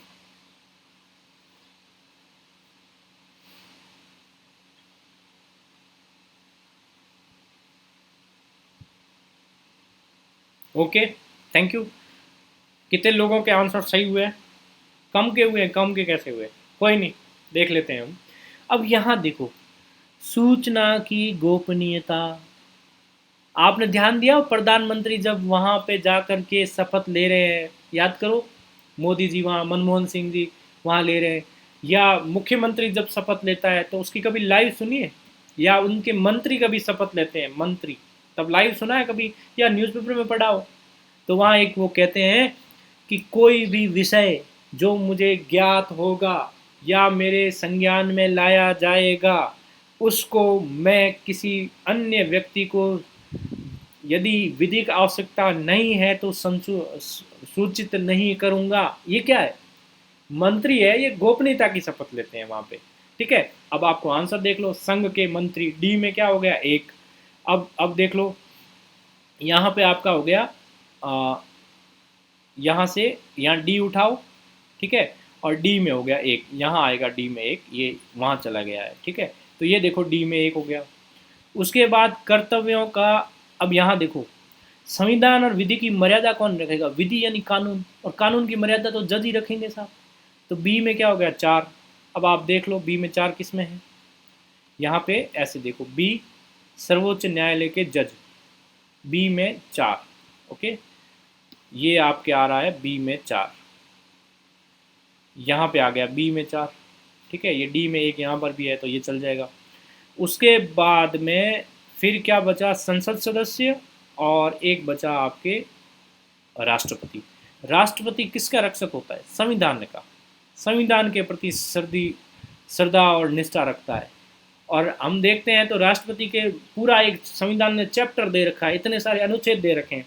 तो देखा जाए ना तो राष्ट्रपति सिर्फ संविधान में ही है, बाहर तो वो प्रधानमंत्री जैसा कहता है वैसा ही करता है। तो उनकी शपथ भी आप ऐसे ही याद कर सकते हो। तो भारत का राष्ट्रपति कहाँ आ गया, संविधान के प्रति श्रद्धा और निष्ठा रखूंगा, ये शपथ लेता है। तो ए में आप ले आओ तीन, ये ले आओ ए में तीन। पीछे बचा आपके सी में दो हो जाएगा। सी में क्या है, संसद सदस्य, वो क्या करेगा कि कर्तव्यों का निष्ठापूर्ण निर्वहन करूंगा। तो ये आपका आंसर हो गया। दिखने में क्वेश्चन बहुत ही आपको गंभीर लग रहा था, सॉरी गंभीर लग रहा था, लेकिन जैसे ही आपने इसको जवाब दे दिया तो आपको आराम से याद हो गया। ओके, सो ऐसे याद कर लो, भारत का राष्ट्रपति शपथ लेता है कि मैं संविधान के प्रति श्रद्धा और निष्ठा रखूंगा। एक बार और देख लेते हैं ताकि आपको परमानेंट याद हो जाए। भारत राष्ट्रपति क्या कहता है कि मैं रखूंगा श्रद्धा और निष्ठा, किसके प्रति? कॉन्स्टिट्यूशन के प्रति, संविधान के प्रति। ये तो भारत का राष्ट्रपति कहता है। सुप्रीम कोर्ट के जज क्या कहते हैं? सुप्रीम कोर्ट के जज कहते हैं कि हम संविधान और विधि, इनकी मर्यादा रखूंगा। विधि यानी लीगल मैटर्स आके तो जज ही करेगा, इनकी आप ये क्या रखेंगे, मर्यादा रखेंगे। ठीक, उसके बाद में आपके आगे संसद सदस्य। संसद सदस्य को क्या कर्तव्य दिए जाएंगे, उसको वो निष्ठापूर्वक पालन करेंगे। तो कर्तव्यों का निष्ठापूर्वक पालन करूंगा। उसके बाद में आपके आगे मंत्री, मंत्री में वही है, गोपनीयता बहुत जरूरी है तो ये गोपनीयता रख लेंगे। ठीक है, तो दोस्तों ये क्या करते हैं, सारे अलग अलग ढंग से, कुछ शब्द सही सेम होते हैं, कुछ शब्द अलग होते हैं, और ये शपथ लेते हैं। और शपथ किस में, किस अनुसूची में?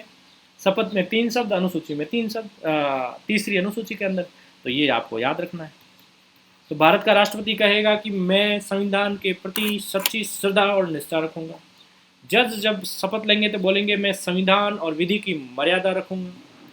और संसद सदस्य जब शपथ लेंगे तो वो कहेंगे मैं अपने कर्तव्यों का निष्ठापूर्वक पालन करूंगा।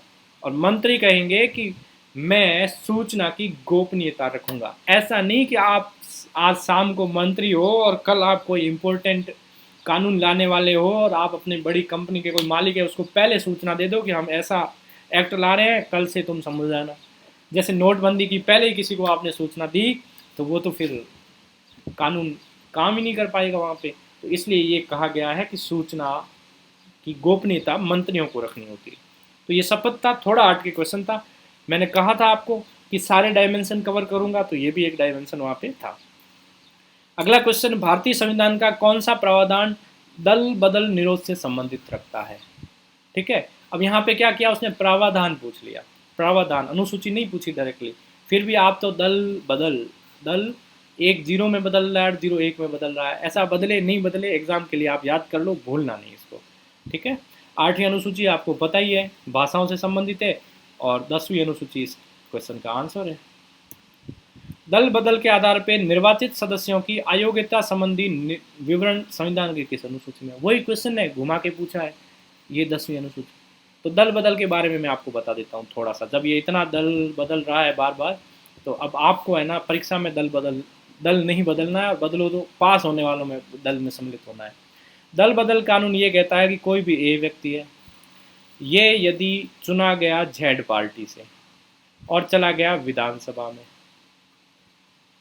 और चुन करके कहाँ जाता है, आप संसद में भी भेजते हो उसको, तो वो चला गया संसद में। ठीक, अब क्या हुआ कि कोई दूसरी पार्टी वाला आ गया कि मेरे साथ सम्मिलित हो जाओ, हम सरकार बना देंगे। तो ए यदि इस दल को छोड़ देगा तो वो एमएलए भी नहीं रहेगा, या एमपी और एमएलए भी नहीं रहेगा। ये कौन कहता है? दल बदल कानून। ऐसा क्यों किया गया? क्योंकि लोगों ने तो पार्टियां छोड़नी शुरू कर दी, दलाल सूटकेस लेके आ गए कि लो संभालो, और उन्होंने फट पार्टी बदल दी, फट पार्टी बदल दी। तो जैसे ही आपने पार्टी बदली तो आपका पद एमएलए और एमपी का गया। दूसरा क्या होता है, कोई आदमी कहेगा मैं तो पार्टी में ही नहीं हूँ, मैं तो निर्दलीय चुनाव लड़ा हूँ भाई, निर्दलीय चुनाव लड़के आया हूँ, अब मेरी कांग्रेस में या बीजेपी में या बसपा में या किसी और पार्टी में जाने की इच्छा हो गई, वहाँ भी छूट नहीं मिलेगी। निर्दलीय ने यदि कोई भी पार्टी ज्वाइन की, जैसे ही पार्टी ज्वाइन की तो वो ना तो एमएलए रहेगा और ना एमपी रहेगा। भाई निर्दलीय चुनाव लड़े हो तो निर्दलीय रहो, ये चीज़ें की गई। ऐसा हुआ है तो फिर अभी राजस्थान में ऐसा क्यों हुआ कि बसपा के सारे विधायक कांग्रेस में सम्मिलित हो गए और वो अभी कांग्रेस के विधायक हैं। गोवा में 10 बीजेपी के विधायक, कांग्रेस के विधायक बीजेपी में सम्मिलित हो गए और अभी भी वो वहाँ हैं। ऐसा क्यों है भाई? इसके पीछे क्या है, एक अपवाद काम करता है। ठीक है, अपवाद क्या रखा गया कि यदि किसी पार्टी के 2/3 सदस्य एक साथ किसी दूसरे दल में चले जाते हैं तो उनकी सदस्यता नहीं जाएगी। तो हम कह सकते हैं कि दल बदल कानून एक ऐसा कानून है जो अकेले आदमी को एक पार्टी से दूसरे पार्टी में जाने में या निर्दलीय को किसी पार्टी में जाने में रोक लगाता है। लेकिन वही व्यक्ति यदि ग्रुप में 2/3 सदस्य के रूप में जाता है तो उस पर कोई रोक नहीं है। इसी बात को लेकर के कांग्रेस, जो गोवा कांग्रेस है, उसने सुप्रीम कोर्ट में याचिका डाली है और सुप्रीम कोर्ट ने जवाब पूछा है गोवा के विधानसभा अध्यक्ष से, क्योंकि दोस्तों दल बदल पे जो अंतिम फैसला करता है वो विधानसभा अध्यक्ष करता है। तो इसको भी याद करते हुए साथ में आप लोग चलें। ठीक है, 8वीं अनुसूची भाषा, 9वीं अनुसूची, 11वीं अनुसूची याद कर ली अच्छे से, थैंक यू। भारतीय संविधान की 10वीं अनुसूची किससे संबंधित है? दल बदल कानून से। संघ की बाधाएं 8वीं, जम्मू कश्मीर विशेष दर्जा अब रहा ही नहीं, कोई मैटर ही नहीं है। ठीक है, तो दोस्तों ये था total discussion on the MCQ. अब हम आगे देखेंगे रिकैप, और ये जो अनुसूचियों के बारे में हम चर्चा कर रहे थे वो रियल में है क्या, उसको देखने वाले हैं। और मैंने आपको कहा था अभी आप कभी नहीं भूलेंगे, जो लोग कंटिन्यू जुड़े रहे हैं वो निश्चित तौर पे नहीं भूलेंगे। और जिन्होंने देखा कि नहीं, पहले लगा कि बहुत टफ है, फिर लगा कि सरल आते हैं, तो ठीक है, आपको अपने आप पे भरोसा है तो देखते रहिए, 4-5 किताबों में पढ़ते रहिए और कंफ्यूज होते रहिए, मुझे कोई दिक्कत नहीं।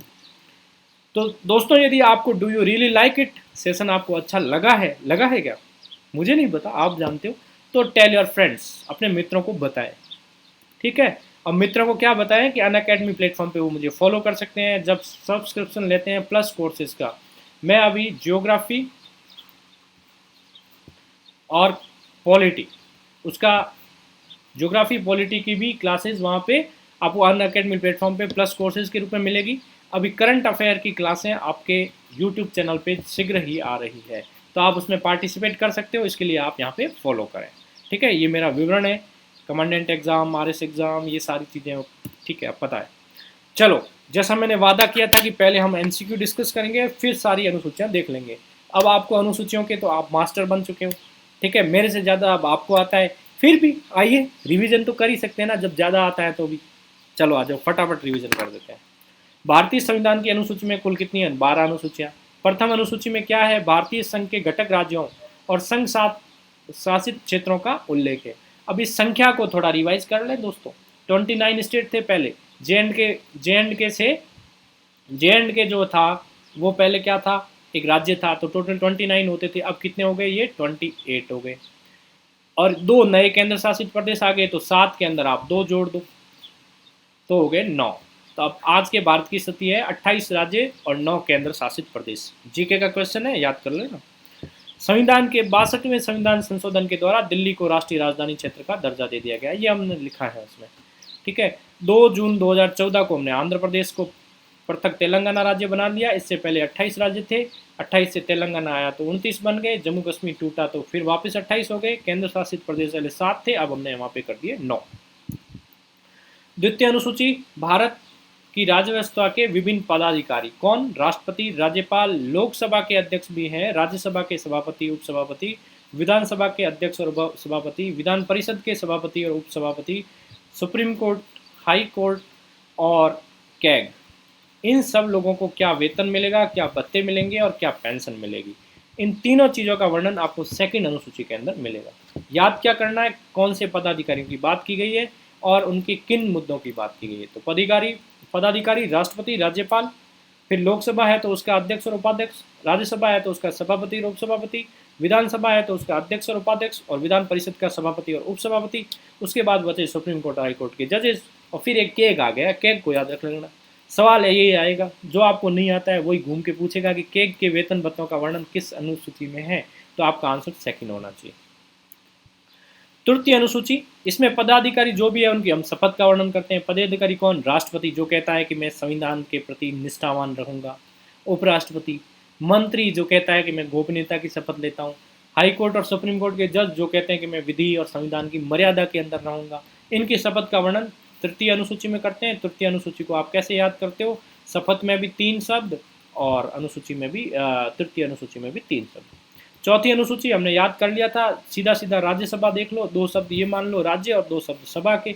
उसके अंदर किसको प्रतिनिधित्व मिलता है? राज्यों का, स्टेट का, कि जैसे राजस्थान से 10 हम राज्यसभा सांसद भेजते हैं, सॉरी 10 राज्यसभा सांसद भेजते हैं, तो उसका वर्णन आपको कहाँ मिलेगा? चौथी अनुसूची में मिलेगा। 5वीं अनुसूची में तो हम प्रशासन करते हैं।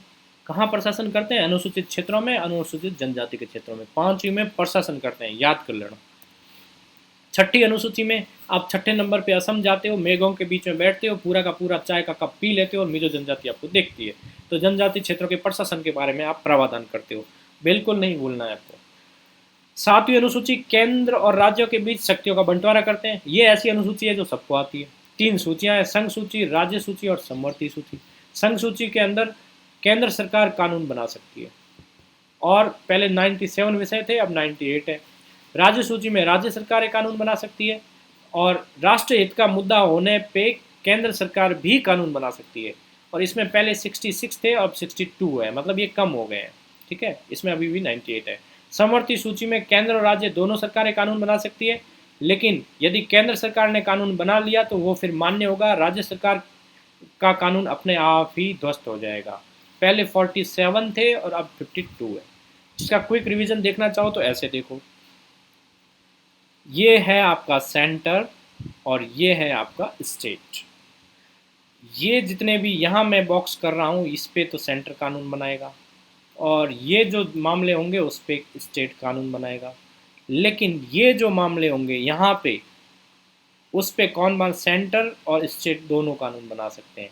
लेकिन यदि एक बार सेंटर ने कानून बना लिया तो वो प्रिवेल करेगा और स्टेट का अपने आप ही ध्वस्त हो जाएगा। ये इसका सार है। अब आप लिखना चाहो तो लिख लो कि सेंटर लिस्ट में 98 है और राज्य सूची में 62 है, और दोनों के बीच में जो कानून बनाते हैं वो 52 है। तो हम कह सकते हैं 52, 62 और 98। ओके, ये आपके हो गया। अब एक चीज़ आपको इसमें पॉइंट यही रखना है कि कई बार देखो ये चीज़ें सबको आती है, अनुसूचियाँ आपको अच्छे से आती है, मास्टर बन गए हो, संघ राज्य सूची और समवर्ती सूची के भी आप मास्टर बन गए हो। क्वेश्चन यही ट्विस्ट करेगा कि समवर्ती सूची पे यदि किसी राज्य सरकार का पहले से कानून बना हुआ है और केंद्र सरकार ने उस पर नया कानून बना दिया तो क्या होगा। तो ये होगा कि जो समवर्ती सूची पे जो केंद्र सरकार ने कानून बनाया है वह राज्य सरकार के कानून को ढक लेगा, राज्य सरकार का कानून समाप्त हो जाएगा और केंद्र सरकार का प्रिवेल करेगा। एक कंडीशन दोस्तों और आती है, एक कंडीशन क्या आती है कि राज्य सूची है। अब आपको एग्जाम में स्टेटमेंट दे देंगे क्या राज्य सूची में सिर्फ केंद्र सरकार राज्य सूची में क्या सिर्फ राज्य सरकार ही कानून बना सकती है, ये स्टेटमेंट सही है या गलत। अब बताओ, ये स्टेटमेंट सही नहीं है। क्यों? क्योंकि यहाँ देख लो, राष्ट्रीय हित में for the welfare of the country central government कानून बना सकती है। ठीक है, तो कुल मिलाकर के हम कह सकते हैं कि सेंटर हर जगह जाएगा, स्टेट अपना लिमिटेड अपने स्कोप में ही रहेगा। ठीक, क्लियर है, स्क्रीनशॉट ले सकते हो। 8वीं अनुसूची 22 भाषाओं का वर्णन है यहाँ पे। ठीक है, 1967 में संधि को लिया गया, 1992 में कोंकणी, मणिपुरी, नेपाली को लिया गया, 8वीं अनुसूची में सम्मिलित किया गया। 2004 ईस्वी में मैथिली, संथाली, डोगरी और बोडो। ठीक है, MSDB, MS धोनी बेस्टमैन, ऐसे याद कर सकते हो। सबसे बाद में जुड़ी हुई भाषाएं आपको याद नहीं हो रही हो तो ट्रिक बना लो, MSDB, Mahendra Singh Dhoni batsman, MSDB, Maithili, Santhali, Dogri और बोडो, ये सबसे लास्ट में सम्मिलित हुई है 2004 में। प्रश्न ऐसे ही आएगा कि सबसे अंत में सम्मिलित होने वाली 4 भाषाओं के नाम लिखो, तो MSDB याद कर लेना, मैथिली, संथाली, डोगरी और बोडो। फिर एक क्वेश्चन ये आ सकता है कि कौन सी ऐसी विदेशी भाषा है जिसको भारतीय राजभाषाओं में दर्जा दिया गया है, तो नेपाली। नेपाल के साथ तनाव भी चल रहा है तो ये क्वेश्चन बन ही सकता है कि नेपाली को भी हम राजभाषा का दर्जा दे चुके हैं। वहीं राजस्थानी जैसी कई भाषाएं हैं जिसमें हम अभी भी संघर्ष कर रहे हैं। ठीक है, राजभाषा बिन सुनो मारो गूंगो राजस्थान है, सोनेरी धरती जठे चांदीरो आसमान। अब वो जो राजस्थान का जो वर्णन होता है, पधारो म्यारे देश, जो हम गीत गाते हैं वो हम राजस्थान में गाते हैं, टूरिस्ट को अट्रैक्ट करते हैं और केंद्र सरकार और राज्य सरकार को खूब सारा रेवेन्यू जनरेट करते हैं हम जिस भाषा में, वह भाषा जिससे हम राजस्थान का चित्रण करते हैं कि सोनेरी धरती जठे चांदीरो आसमान, रंग रंगीलो रस भरो मारो प्यारो राजस्थान। लेकिन अभी भी प्यारे राजस्थान की भाषा को संवैधानिक दर्जा नहीं है दोस्तों। तो ये एक चिंता की विषय जरूर है, लेकिन एग्जाम में आप ये चीज़ें याद करके जाएं कि हमने नेपाली भाषा को भी दर्जा दे रखा है, MSDB को सबसे लास्ट में घोषित किया है। ठीक है, चलो कोंकणी और मणिपुरी को हमने नेपाली के साथ में डाला था, इसको याद करने का। ठीक है, ओके। 9वीं अनुसूची देख लेते हैं। 1951 में हुआ था प्रथम संविधान संशोधन। कब हुआ था? 1951 में। उसमें हमने क्या किया था कि संपत्ति अधिग्रहण यदि राज्य सरकार करती है तो उसके विषय को न्यायालय में चुनौती नहीं दी जा सकती है। ठीक है, वर्तमान में इस अनुसूची में 284 अधिनियम है। अब यहाँ आप दोस्तों ध्यान रखना, पहले मूल में 8 थी, फिर हमने एक अनुसूची जोड़ी। कब जोड़ी? वो हमने जोड़ी पहले संविधान संशोधन में 1951 में। उसके नेक्स्ट वाली जो अर्थात 9वीं अनुसूची, ये तो थी 9वीं 10वीं अनुसूची जोड़ी हमने 52वें संविधान संशोधन में 1985 में। मतलब जो उसके अगली हम अनुसूची लाए उसमें हमें काफ़ी टाइम लगा। ठीक है, उसके बाद में हमने जोड़ी 73वें और 74वें संविधान संशोधन में। वो नेक्स्ट वाली अनुसूची हम आगे देख लेंगे। अब तक मान्यता थी कि 9वीं अनुसूची में सम्मिलित कानूनों की न्यायिक समीक्षा नहीं की जा सकती। 11 जनवरी 2007 संविधान की पीठ थी सुप्रीम कोर्ट की, उसने क्या कहा कि 9वीं अनुसूची में सम्मिलित कानून को भी इस आधार पे चुनौती दी जा सकती है कि वो मौलिक अधिकारों का उल्लंघन करता है, उच्च न्यायालय इसकी समीक्षा की जा सकती है। अब आपको ये पूछा कि 9वीं अनुसूची का महत्व क्या है, तो आप कहोगे साहब 9वीं अनुसूची ऐसी है, उसमें कोई एक्ट या कानून बना के हमने डाल दिया तो उसकी न्यायिक समीक्षा नहीं कर सकते। लेकिन 2007 में कोर्ट ने कह दिया कि यदि मूल अधिकारों का उल्लंघन करोगे तो हम समीक्षा कर देंगे। अब सवाल ये आता है कि कोई इंटरव्यू में पूछ ले, परीक्षा में मेंस में पूछ ले, तो आप क्या आंसर लिखें? तो आप ये लिखें कि साहब 1973 1973 से पहले कोई भी अधिनियम एक्ट बना करके नवी अनुसूची में डाल दिया है तो कोर्ट उसकी समीक्षा नहीं करेगा। 1973 के बाद यदि कोई नवी अनुसूची में कोई चीज़ डाली गई है तो उसकी कोर्ट समीक्षा कर सकता है। अब सवाल ये आ गया कि भाई फिर नवी अनुसूची रखी क्यों, ख़त्म करो जब समीक्षा कर सकता है। समीक्षा से बचाने के लिए तो हमने नवी अनुसूची बनाई थी। यहाँ एक ट्विस्ट है। ट्विस्ट ये है दोस्तों कि नवी अनुसूची में डाले गए किसी एक्ट की समीक्षा कोर्ट तभी करेगा जब वह मौलिक अधिकारों का उल्लंघन करता है। यदि मौलिक अधिकारों का उल्लंघन करने का मामला नहीं है और आपने नवी अनुसूची में डाल दिया तो उसकी कोर्ट समीक्षा नहीं करेगा। इसका मतलब नवी अनुसूची का अभी भी इम्पोर्टेंस है। 10वीं अनुसूची 52वें संविधान संशोधन 1985 दल बदल से संबंधित प्रावधान का उल्लेख है। ये हमने अच्छे से पढ़ लिया। दल बदल के प्रावधान की मैंने चर्चा कर ली और इसको याद करने की ट्रिक भी आपको बता दी।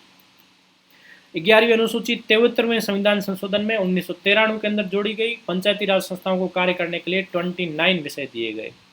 ठीक है। और 12वीं अनुसूची 74वें संविधान संशोधन द्वारा 1993 में जोड़ी गई और शहरी क्षेत्र की स्थानीय स्वशासन संस्थाओं को कार्य करने के लिए 18 विषय दिए गए। अब देखो दोस्तों, कोशिश ये करो कि इनको कोरिलेट करते हुए चलो और आप भूलो नहीं। ठीक है। अब वापस एक बार देखो, मैं तो रिकैप करवाऊंगा और रिकैप करवाऊंगा। मकसद क्या है कि मैंने कहा था भूलोगे नहीं, और भूलोगे तभी नहीं जब आपको पूर्णतः याद होंगे।